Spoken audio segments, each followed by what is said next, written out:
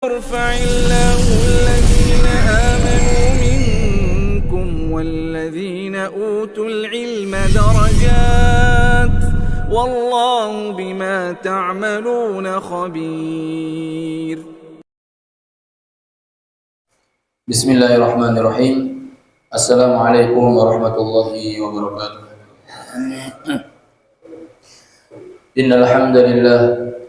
Innal hamdalillah nahmaduhu wa nasta'inuhu wa nastaghfiruh wa nu'minu bihi wa natawakkalu alayhi wa na'udzu bihi min shururi anfusina wa min sayyiati a'malina. Man yahdihillahu fala mudilla lahu wa man yudlil fala hadiya lahu. أشهد أن لا إله إلا الله وحده لا شريك له وأشهد أن محمدا عبده ورسوله لا نبي بعده. اللهم صل وسلم على محمد وعلى آله وأصحابه وبارك وسلم تسليما كثيرا. وقد قال تعالى: يرفع الله الذين آمنوا منكم والذين أوتوا العلم درجات والله بما تعملون خبير. وقال رسول الله صلى الله عليه وسلم: من سلك طريقا يلتمس فيه علما سهل الله له به طريقا إلى الجنة أو كما قال رسول الله صلى الله عليه وسلم. Para jamaah yang saya hormati, alhamdulillah lagi-lagi kita bersyukur kepada Allah Subhanahu wa taala karena pada malam hari ini Allah Subhanahu wa taala telah kumpulkan kita di tempat yang sangat mulia, majelis ilmu, dan majelis yang sangat mulia, majelis ilmu, tempat yang sangat mulia, Baitullah. Maka mudah-mudahan dengan kehadiran kita di tempat ini Allah Subhanahu wa taala jadikan kita orang-orang yang dirahmatinya. Amin amin ya rabbal alamin.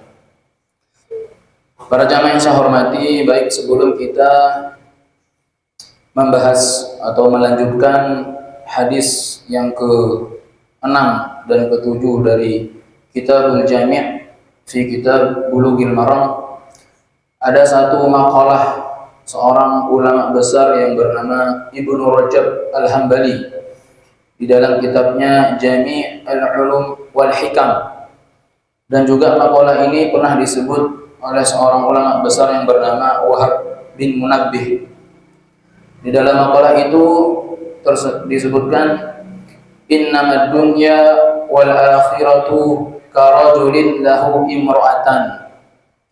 Sesungguhnya dunia dan akhirat itu karajulin, seperti seorang laki-laki, lahu imra'atan, yang mempunyai dua istri. Ini ungkapannya indah sekali, Pak. Sesungguhnya dunia dan akhirat itu seperti seorang laki-laki yang memiliki dua istri.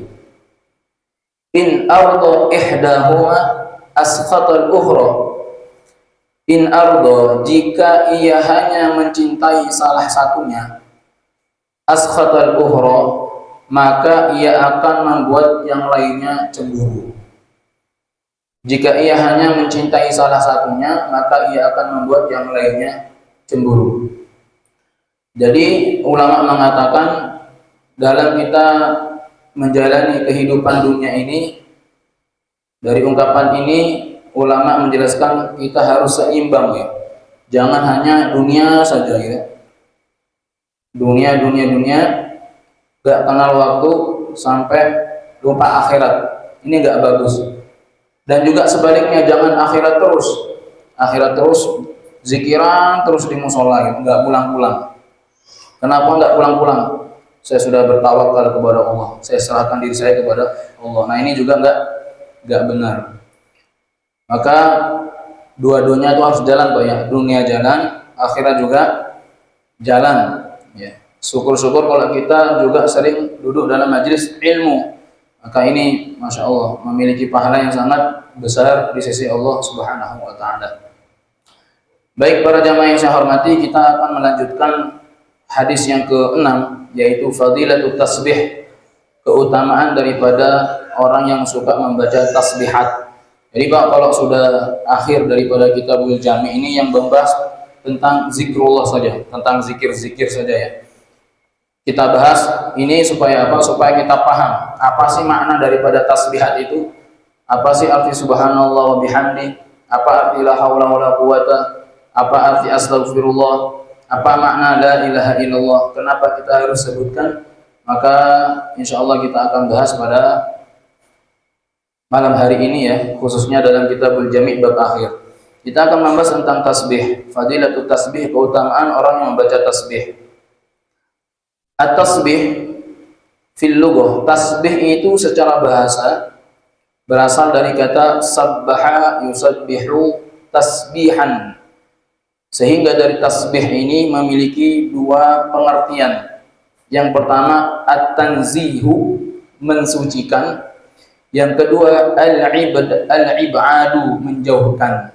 Jadi tasbih itu memiliki dua makna. Yang pertama at-tanzih, mensucikan.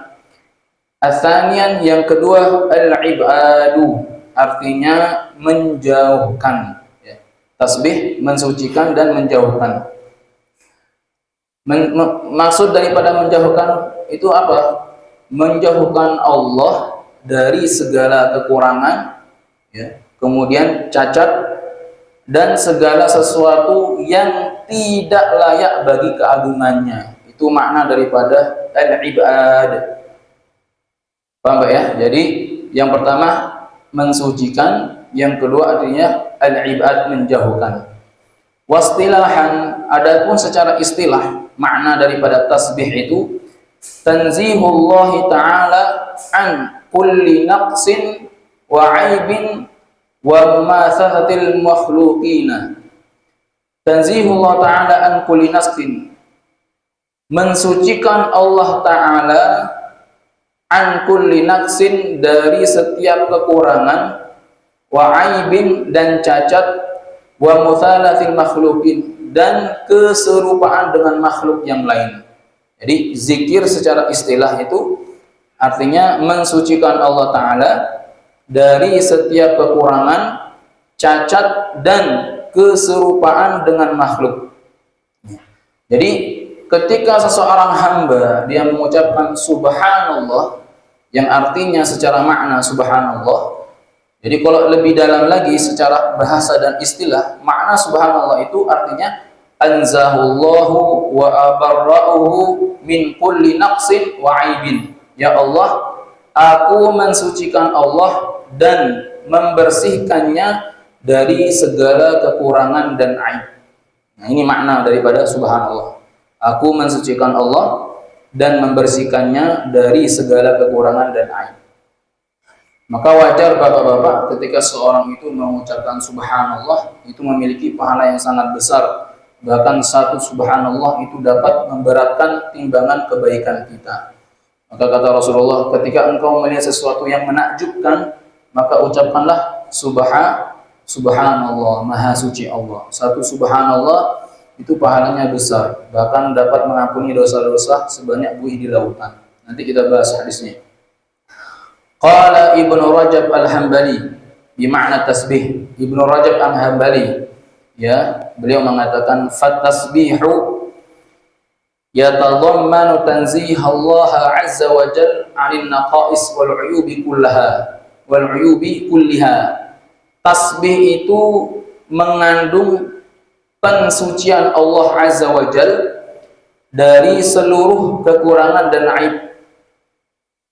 Ya, wa tahmidu yatadhamman itsbatu sifatal kamalillahi kulliha. Sedangkan tahmid itu mengandung penetapan seluruh sifat kesempurnaan Allah Subhanahu wa taala kullaha, semuanya.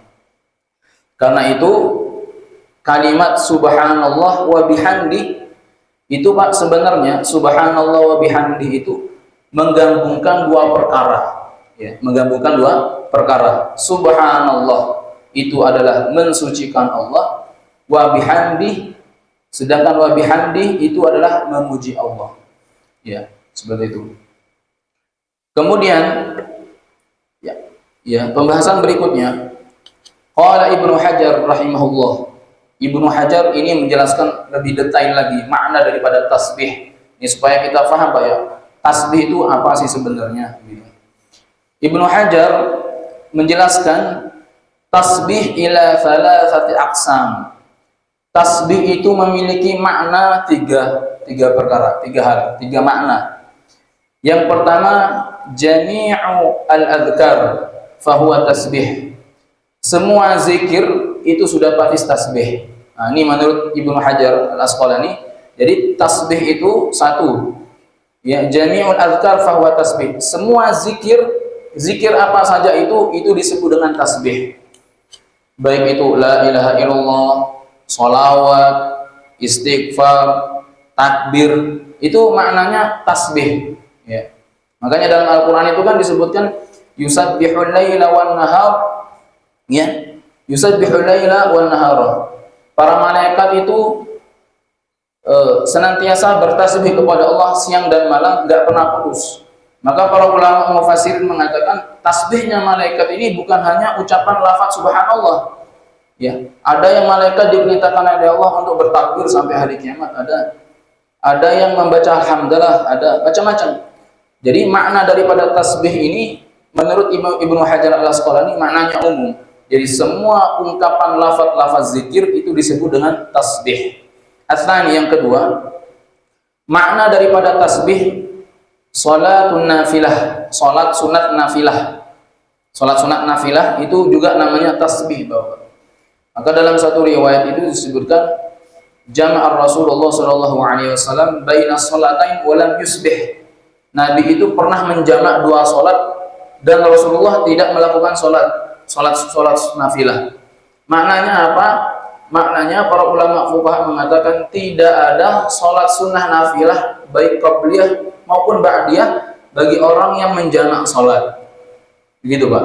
Bagi orang yang menjamak salat, umpama dengan salat maghrib dijamak takdim dengan salat isya, salat maghrib sekarang kemudian langsung menjamak salat isya karena safar perjalanan, atau jamak takhir, enggak sempat salat maghrib sampai satu tempat sudah salat isya waktu isya, dengan salat isya jadi jamak takhir. Maka Rasulullah itu pernah menggabungkan dua ini, walam yusbih. Nah, yusbih di sini bukan bermakna Rasulullah bertasbih, tidak, tetapi salat nafilah. Artinya Rasulullah tidak melaksanakan salat sunnah. Maka enggak ada salat ba'diyah, qabliyah, sunnah salat jamak takdim atau jamak takhir. Bapak salat apa, Pak? Salat ba'diyah jamak takhir. Itu bid'ah itu. Bid'ah dolalah ya. Dolalah, enggak ada. Maka tasbih di sini maknanya apa? Salat nafilah. Gitu ya.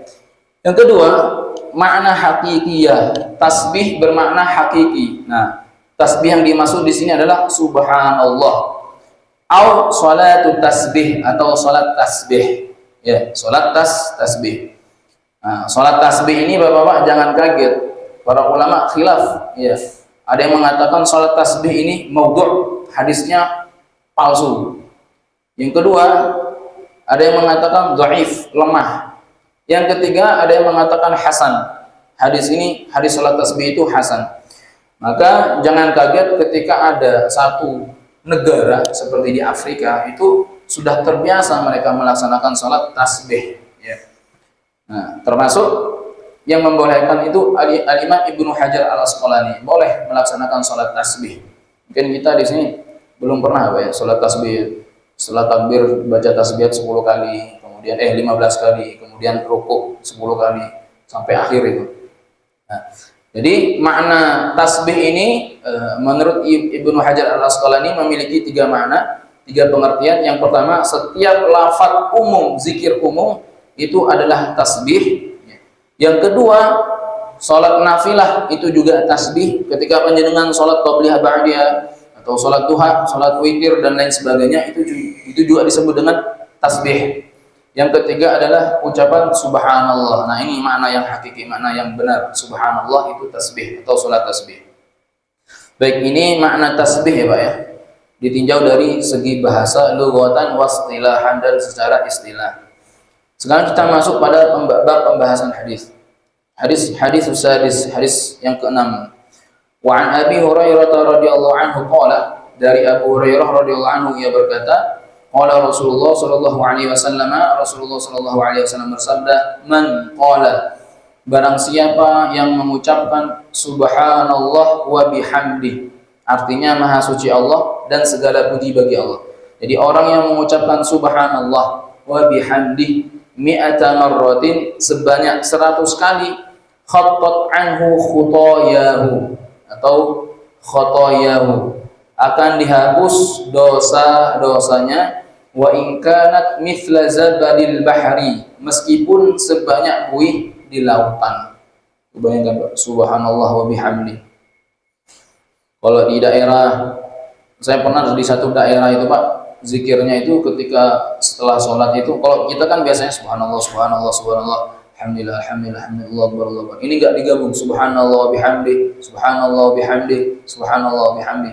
Nah, karena jamaah itu mengambil dalil daripada hadis ini. Jadi kata Rasulullah, man qala subhanallah wa bihamdi, orang yang membaca subhanallah wa bihamdi 100 kali, khattat anhu khotoyah, akan dihapus dosa-dosanya walaupun sebanyak buih di lautan. Sekarang siapa yang bisa menghitung banyaknya buih di lautan Pak? Enggak ada yang bisa. Orang yang membaca satu subhanallah bihamdi, maka dosa-dosanya diampuni oleh Allah Subhanahu wa taala. Asyarhu, sekarang penjelasannya. Khuttat khotoyahu, artinya dihapus dosa-dosanya. Yakni ghufirat anhu dunubahu. Ghufirat anhu dunubuhu. Artinya dosa-dosanya itu diampuni oleh Allah Subhanahu wa taala. Wa in kanat katsiratun mithla zabadil bahri, meskipun dosa itu sebanyak buih di lautan.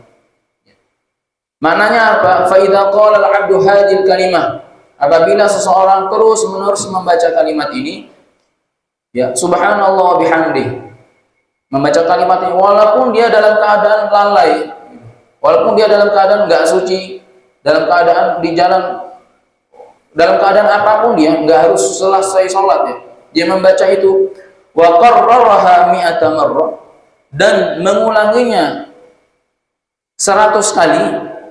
Nah, 100 kali ya. Berarti kalau kurang dari 100 kali gimana? Bukan begitu pengertiannya ya.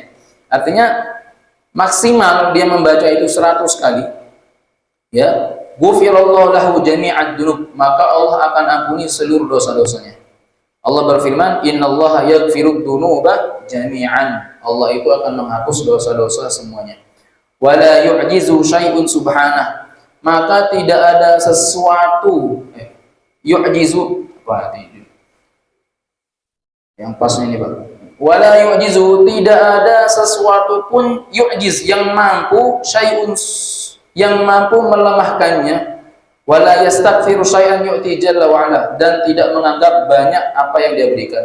Li'annahu ghaniyun hamid, karena Allah itu maha hamid, maha terpuji, ghaniyun karim, yang maha mulia. Yu'ti bila hisabin wala hasrin, Allah itu memberikan tanpa batas dan tanpa hitungan. Bayangkan, Allah itu ketika memberikan kebaikan seorang hamba itu tanpa batas, tanpa hitungan. Wa yaghfiru jami'ad dzunub liman taba ila Allah jalla wa ala, dan mengampuni seluruh dosa bagi orang yang mau bertobat kepada Allah Subhanahu wa taala. Nah, di sini dibahas oleh para alim ulama dosa apa-apa yang dimaksud, dosa kecil atau dosa besar. Nah, ini disebutkan fa idza qala al-'abdu hadhil kalimah ghufirat lahu dzunubuh. Orang yang membaca kalimat ini dosa-dosanya diampuni. Wa hadza katsirun minal ahadits, maka banyak sekali hadis-hadis ini yang menjelaskan at-takfir lidzunub, penghapusan dosa seperti ini.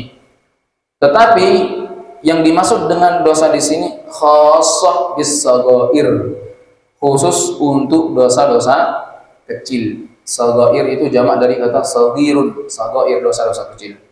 Lah, kemudian amma dzunubul kabair fala budda minat taubah. Adapun dosa-dosa besar maka harus disertai dengan taubat. Jadi kalau dosa-dosa kecil itu Pak, diampuni dengan kita membaca istighfar. Tapi kalau dosa besar, mencuri, berzina dan lain sebagainya, itu dengan bertaubat. Tetapi kita jangan pernah meremehkan dosa kecil, Bapak-bapak. Rasulullah SAW mengatakan, la saghirata ma'an israr, tidak dikatakan dosa kecil apabila dosa itu dilakukan terus-menerus. Saya ulangi, tidak dikatakan dosa kecil kalau dosa itu dilakukan terus-menerus. Baik, kalau dosa, Imam Ghazali rahimahullah, beliau mengatakan hati itu seperti kertas putih. Ketika seorang itu melakukan maksiat kecil, nuqtah fi qalbi, maka akan membekas satu titik hitam, cetek, nah gitu. Kemudian dia buat dosa lagi, membekas satu titik hitam. Walaupun itu dosa kecil, tapi kalau terus-terusan dilakukan akan menjadi banyak. Maka kata Nabi, la saghirata ma'al israr. Maka jangan meremehkan dosa kecil, karena dosa kecil yang dilakukan terus-menerus akan menjadi dosa besar. Tetapi dosa besar apabila diiringi dengan taubat, maka akan diampuni oleh Allah. Nah, syarat taubat itu bahwa apa? Syarat taubat itu dua. Yang pertama adalah an-nadamah, menyesali akan dosa tersebut. Yang kedua, al-azmu alla ya'uda ilaihi. Kemudian dia berniat untuk tidak melakukan dosa tersebut. Nah, ini syarat taubat. Yang pertama, nadamah, menyesal.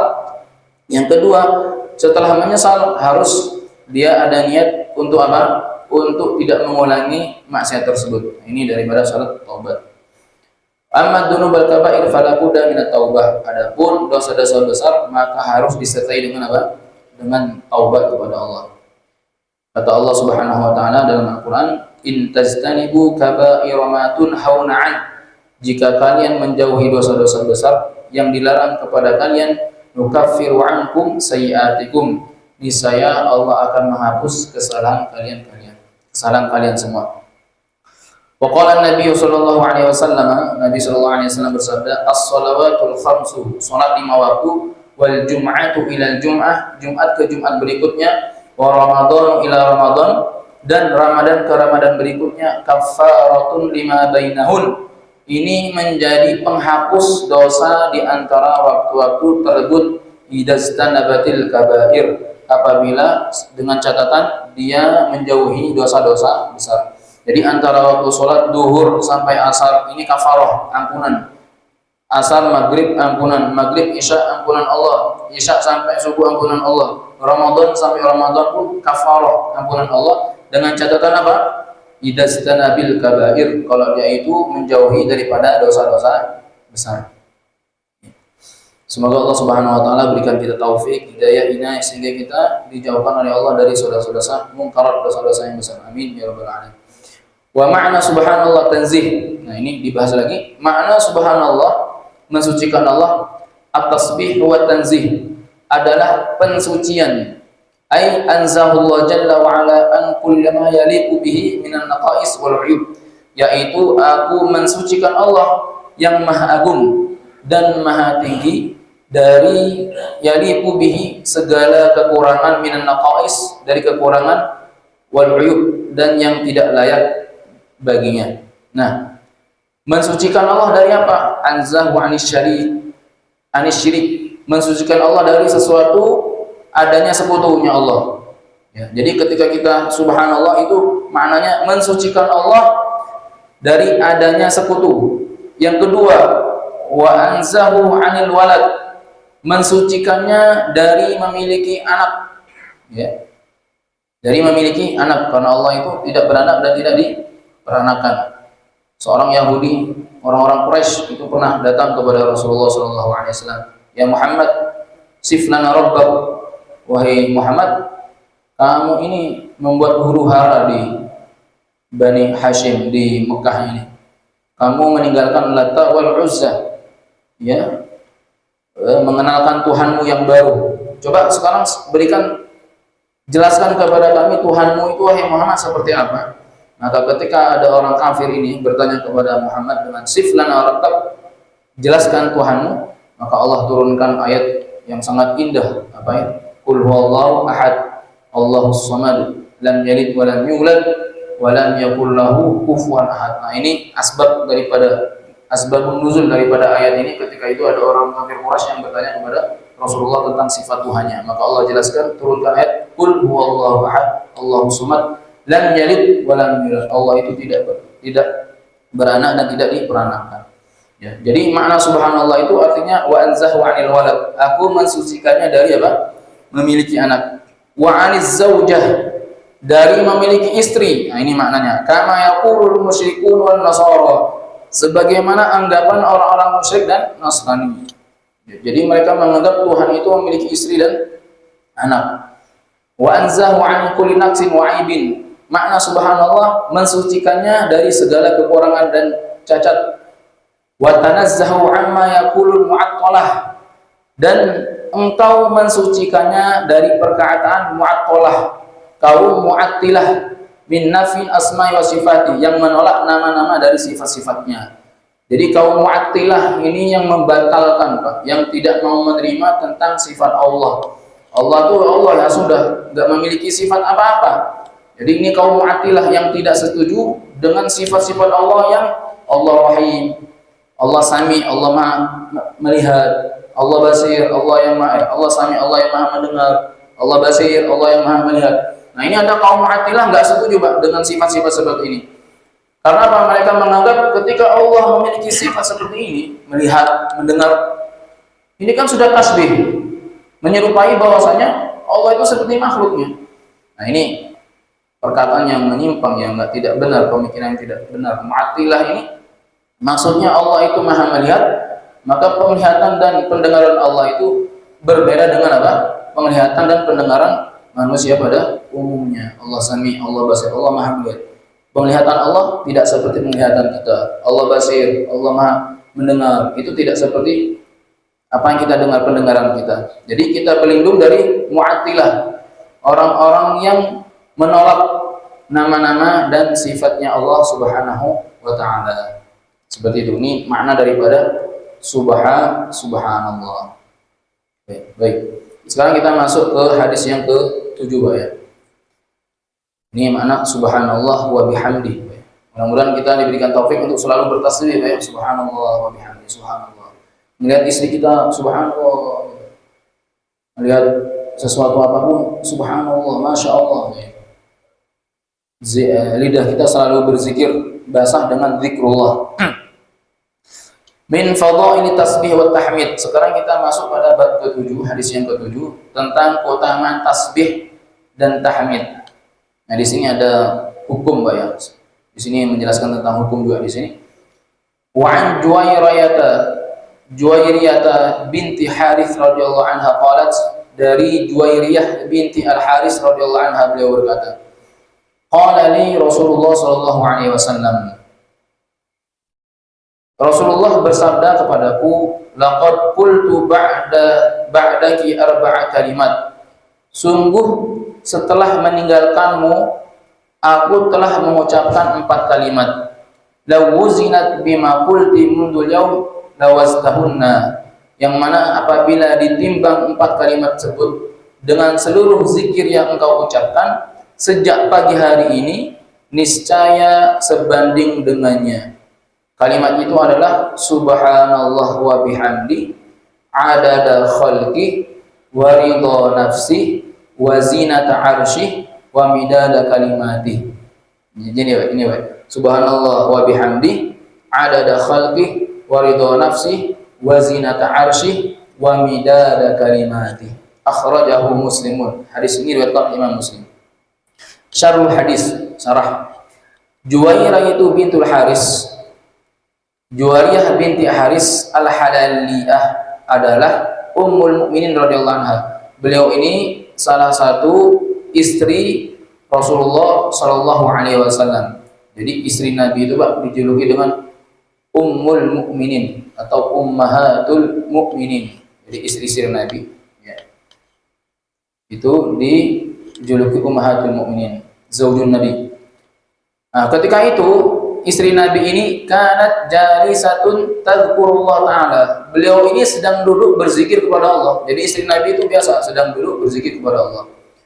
Wa indaha, nah ini, wa indaha hassin tu'addi bihi tasbih wa tahlil. Nah, ini kita perhatikan, Pak. Di sisi istri Nabi terdapat kerikil yang digunakan untuk menghitung tasbih dan tahlil. Nah, ini dalil bahwasanya boleh kita pakai tasbih atau pakai kerikil. Saya mau ikut istri Nabi pakai kerikil, ya nggak apa-apa. Itu kan alat, Pak. Ya, nggak apa-apa. Ini perhatikan. Jadi Nabi itu pernah melihat istrinya yang ketika itu membawa kerikil digunakan untuk alat zikrullah. Ya. Bahkan kalau Abu Hurairah itu kerikilnya itu gede-gede, dalam hadis itu disebutkan. Subhanallah, subhanallah, subhanallah, subhanallah, subhanallah. Masya Allah itu. Ya. Kemudian dakhala 'ala nabiyyu, lalu datanglah Nabi menemuinya. Perhatikan, apa kata beliau? Rasulullah tidak melarang tasbih tersebut. Untuk apa ini alat ini? Enggak boleh ini. Buat kotor enggak. Bahkan Nabi mengatakan wa akhbaraha annahu qala arba'a kalimat. Beliau memberitahunya bahwa beliau telah mengucapkan 4 kalimat. Ta'dilu ma qalatu fi jami'il yaum, yang nilainya sebanding dengan seluruh zikir yang diucapkan Juwairah sepanjang hari. Arba'a kalimat, 4 kalimat tersebut. La syakka annaha fi majlisiha hadha tawil qalat dzikran katsiran. Tidak diragukan bahwa dalam majlisnya yang panjang itu beliau telah mengucapkan zikir yang sangat banyak. Walakinna, jadi ketika itu gini Pak maksud hadis ini. Jadi Rasulullah itu melihat Juwairah istrinya itu zikirnya itu panjang sekali. Ya.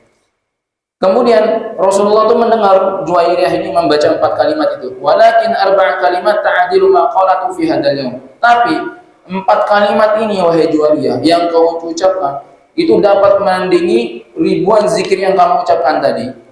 Apa itu? Subhanallah bihamdihi, adada khalqihi, wa ridha nafsihi, wa zinata 'arsyihi, wa midada kalimatihi.